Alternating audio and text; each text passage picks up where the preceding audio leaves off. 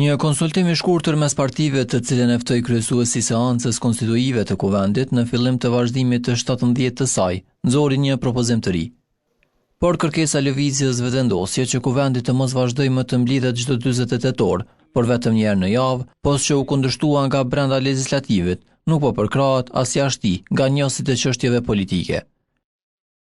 Vetëm për ta ikur ekspozimin e vet që mos të pajsohen nga publiku, sepse për të gjithë kjo gjë është bërë e neveritshme.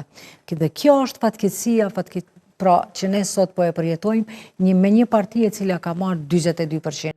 Ndërka që avokati Ardian Bajraktari thotë se ndryshimi rregullorës mund të bëhet vetëm në seancat e rregullta. Kuvendi mund të bëjë shmangin nga dispozitat e rregullorës, mirë po rastet të tilla referohen seancave të rregulla, seancave plenare, kur ka mundësi me u deviju me vullnetin e dytë e tretë.